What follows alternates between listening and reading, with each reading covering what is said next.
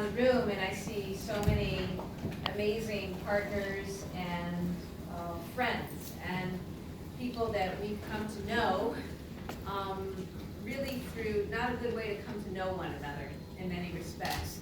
That's not directed at my colleagues in the legislature. We work together on a lot of important fronts, and I really commend the men and women here who serve in the State House and their teams, Senator Eldridge and Representative Dykema in particular, representing Kate, her family, and Kim. But you know, all of you we all appreciate the severity, the importance of this issue, and what we need to do in terms of really addressing as a society, as a state, as a country, behavioral health issues and substance use disorder. So I want to thank my colleagues in this legislature for all of their great work. I want to thank Jerry and Marianne and all the folks at MOAR, Joanne Peterson, who lost her mother, I know, yesterday, and our heart goes out to Joanne.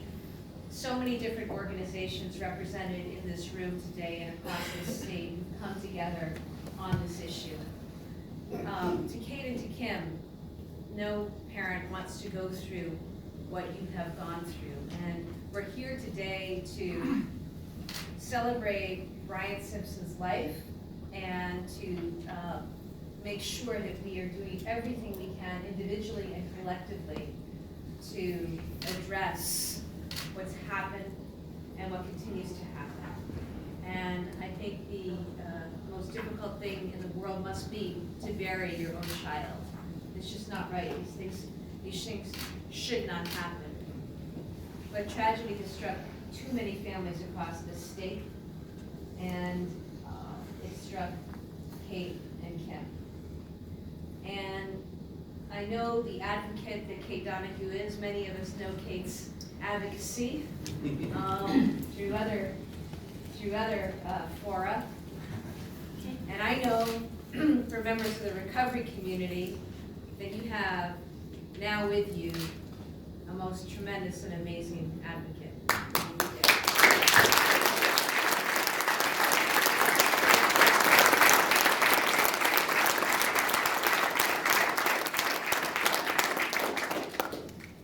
You know, it was years ago that people like Steve Tolman and others were sounding the alarm about what was happening out there with these pills. And Kate referenced the efforts taken by my team, and I'm proud of the lawyers and the staff of the Attorney General's office who went through the millions of pages of documents. They were the one office in the country that took the time to go through all the Purdue emails and memos and the like and put together that 275-page complaint. To me, it is more important than ever that the story about what happened with Big Pharma, what happened with Purdue. I'm looking too at our great sheriff, Peter Katushin, who every day, you know, our jails are increasingly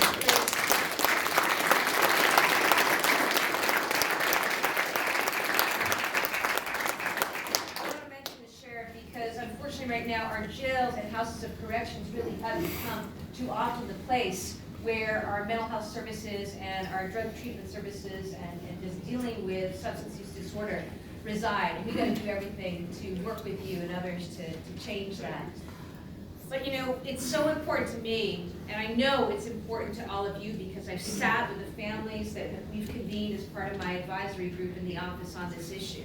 That this story be told. I was meeting last week with a judge who oversees that whole multi-district litigation, all the investigations of the opioid manufacturers and distributors. And they're looking to try to make a deal, you know, and to work with plaintiff's counsel and resolve this. And I want you to know I was very clear, and I told them that I've sat with and I've heard from families here in this state who have lost loved ones to this disease, to this epidemic, who continue to take care of, take leave of work, find ways to try to do everything that they can and in their power to take care of those who are sick and addicted and diseased right now. That in the name of and for the sake of all of those families, there is no price that Purdue or others can be made to pay. Okay? This is not about money. This is about accountability, and this is about telling the story so that we understand exactly, and it's laid bare what happened so this never ever happens again. That's my job as your lawyer, and that's what my team is going to continue to pursue. But you here today are about continuing to speak to the need for funding, the need for services, the need for investments in what is so core and so fundamental, the health and well-being of people here in the state. Whatever my team can do to work with you, we're gonna be there. It should not be the case that people have to wait hours on the line to try to connect with a provider, or have to wait for days at times to get into treatment, inpatient treatment facilities. They have to stand like that poor young man a few weeks ago in Greenfield, cold and alone out in a parking lot, desperate for care, desperate for attention. This just isn't right. It's not right in Massachusetts, and it is not right in the United States of America. I know I am preaching to the choir, but also know that as I go around the state, so many people are listening. I just came from something this morning, and this is what the business leaders, and this is what the lobbyists, and this is what everybody in the room is talking about. Why? Because every single one of them and every single one of us knows somebody profoundly affected by our country's failure to take on the abuses of greed and big pharma and to deal with what we haven't dealt with, which is substance use disorder and mental health, behavioral health issues, all of which exist in our families in one form or another. So I'm here in solidarity today with my colleagues in the legislature, with the sheriff, with advocates and leaders in this room to commit to you that we will do everything we can to tell that story, to try to bring about justice, and to most importantly, get to a place where we are doing everything we can here in this state to ensure that people are safe, people are healthy, people are loved, and people are cared for. We do that today, Kate, to honor you, to honor Kim, and to honor our dear rapper, activist, engaged, wonderful person, and son, Brian Simpson. God bless you all. God bless your family.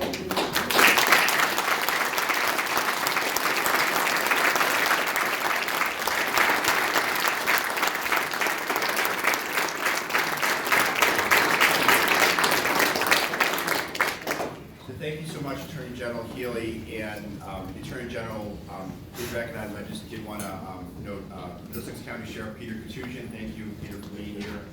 Governor's Councilor Marilyn Petito-Devini. On the Senate side, my Senate colleague, Senator Boncory, is here. Thank you, Senator.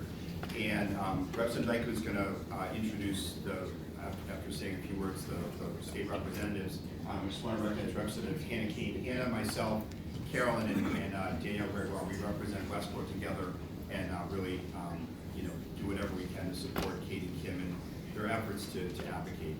So with that, I'd like to introduce my colleague and good friend, Carolyn Dykema.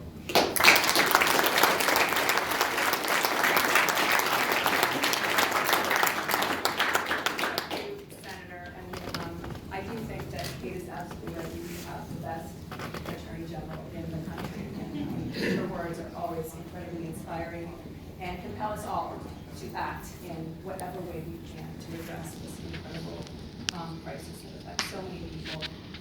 I want to first recognize Simpson family, of course.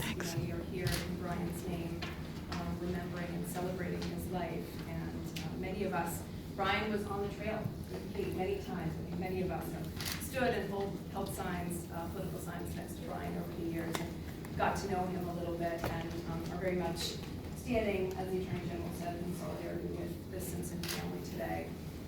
And I also want to recognize, it's a Tuesday morning and we have a full room here. Many of us who are legislators, but a lot of us who are not, and a lot of us who have taken time out of their day to sit in traffic to get to the State House for an issue that is obviously very important to them. And I would imagine that that is because many of you have been touched in a very personal way by addiction and by the opioid crisis. So I just want to say for all of you, for whom that is the case, and I suspect it's many of you, your family members and your loved ones are very much with us in spirit today as we have this event. And I want to recognize the fact that we've got such a very large legislative turnout here today from House members. I think speaks to really the incredible urgency of the situation and the fact that your stories, which you're here to tell again today, have been told and have been heard and continue to be heard here in the State House. So I want to recognize all of them. There's such a long list, I actually have to read off the top. So my colleague in Westboro, Representative Hannah Keene, We have Representative Donaghue from Acton. Great. We have Representative Lewis from Framingham, Representative Santiago that Kate had mentioned earlier, Representative Dom, somewhere, Representative Ayers, Representative Hawkins from Attleboro, Representative Kate Hogan from Stowe, Representative Jeff Loy, who's done a tremendous amount of advocacy in his community of Franklin, was one of the first task forces, I think, on the opiate crisis. Representative Gentile, Representative Vargas, Representative Linsky, Representative Donato, Leader Donato, Representative Sabadosa, one of our new legislators, Representative John Mahoney, and I also want a few more locked in. I'll do Representative Wynn, Representative Rogers, Representative Garbly, Haggerty, anyone else? The list goes on and on. You're not a quorum. Let's vote on the. Yes, I got Garbly. Okay, great. And needless to say, we've got a tremendous showing of support. I also want to recognize my former colleague and great friend in the legislature who now works for Senator Markey's office, who has also been a great champion at the federal level on getting the support we need, Jim Cantwell.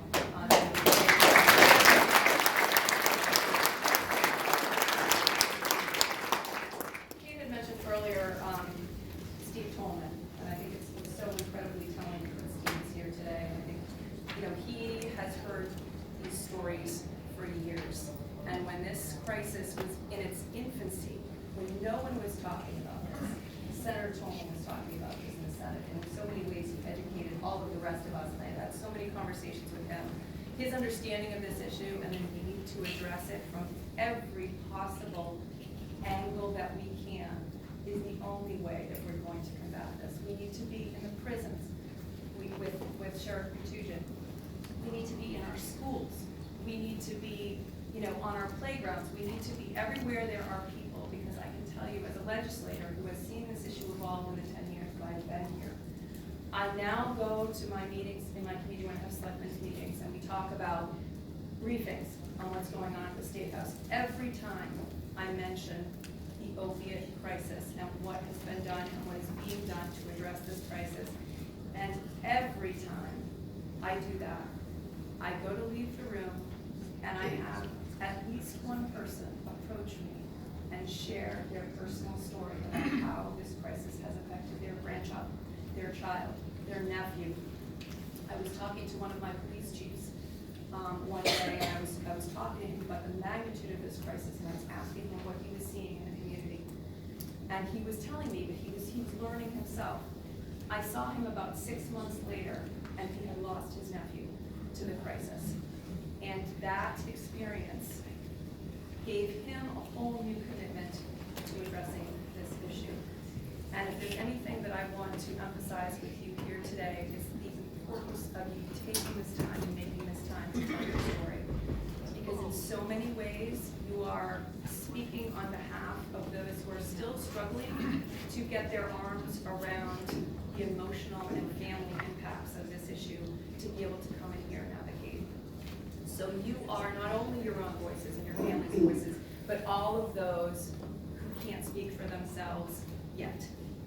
And you are models that they can look to as we really build our army across the Commonwealth to, again, address this from every possible perspective, from the grassroots, where Kate is so comfortable, to the state legislature, to the federal government, and we're going to continue to make sure that the services that people need to recover are there on a continuum of care, that people aren't struggling to figure out how to get into the system or to get back into the system when they're ready.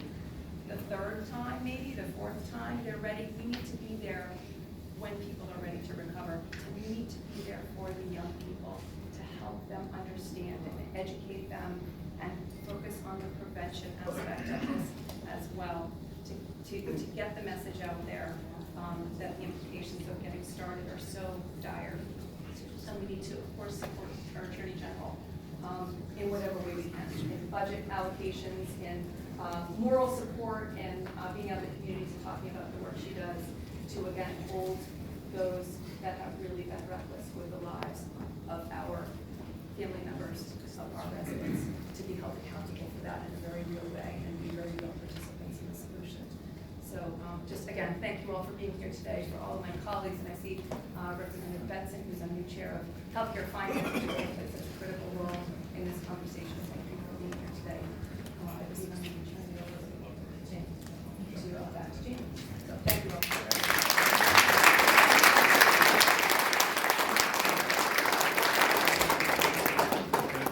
Carolyn, and yeah, I want to echo my appreciation for so many elected officials being here and so many citizen activists coming in here.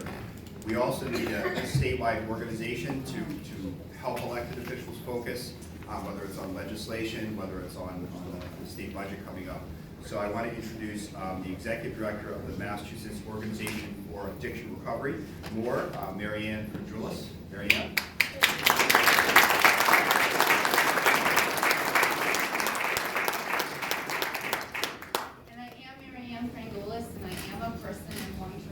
And that means for me, I haven't had a drink or a drug since the early 1980s.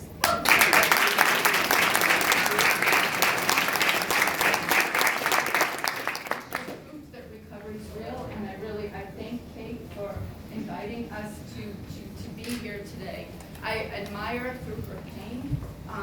She's using her passion to help educate all legislators and taking her people with her. She's got her people that can truly educate everyone about the value of recovery, and with that, prevention, treatment, and recovery. And as I look at Attorney General Maura Healey, she really is the people's lawyer. I talk about Kate. She has staff that's out there. I seldom have had policymakers call me and say, "What you think?" And she does it all the time. So thank you for especially the Purdue Pharma leadership. Just so. Of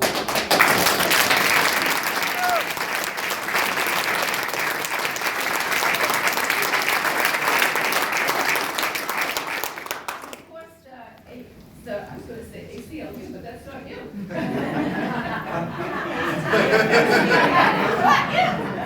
Close enough.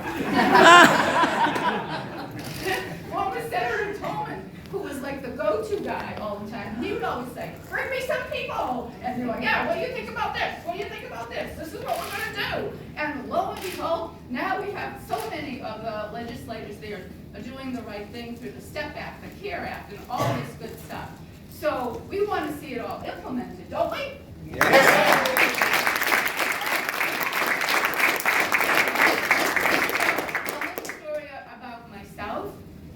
Overcoming my own addiction, I entered the field of alcohol and drug counseling, and I thought that's where I wanted to go.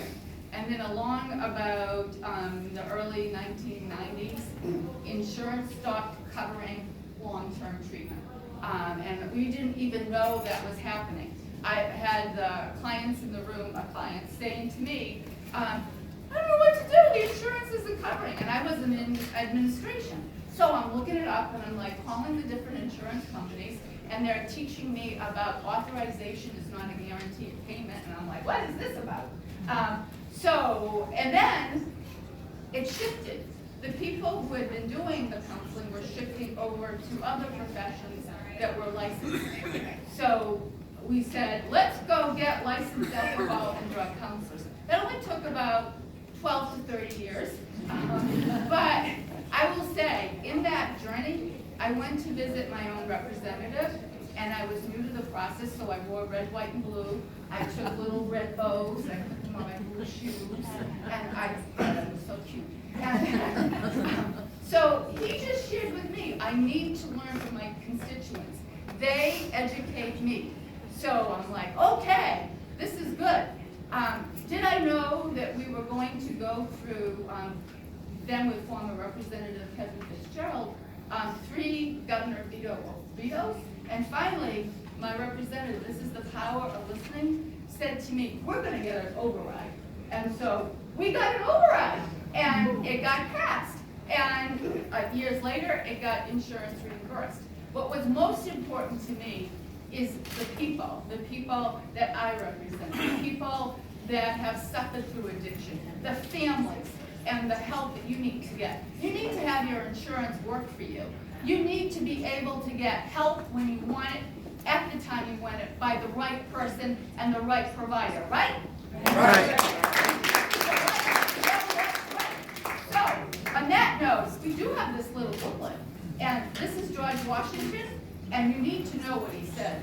He said, people in recovery, families and friends, your voice is a capital investment for addiction recovery, a must read. And on that note, I will thank you very much, and you're going to be hearing from Jared Owen, who's going to tell you about the good things we need to fight for, right?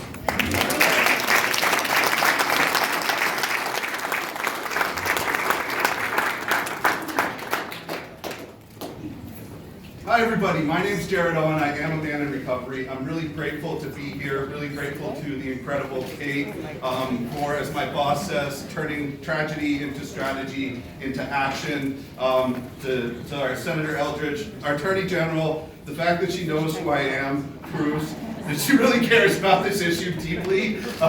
So I'm really happy to be here, and we have some important legislative proposals that we want to advocate for today. Did you want to say anything?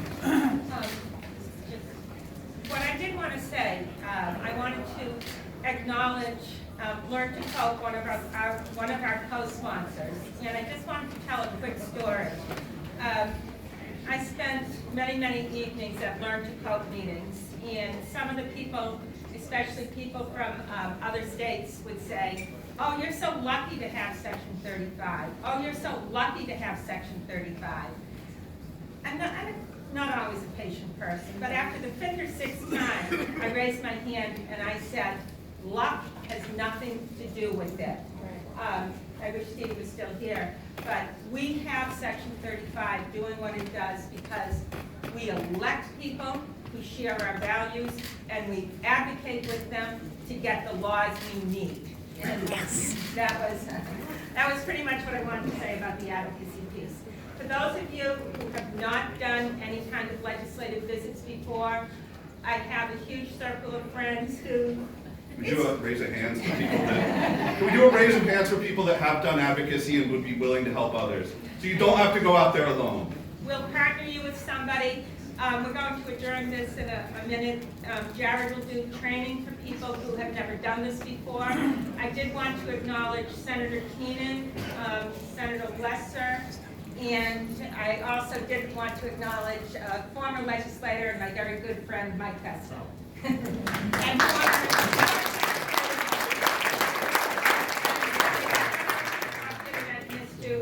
I apologize. And with that, unless you want to say anything else, I just wanted to, from the bottom of my heart, say that I thank all of you for being here, and we are here to work.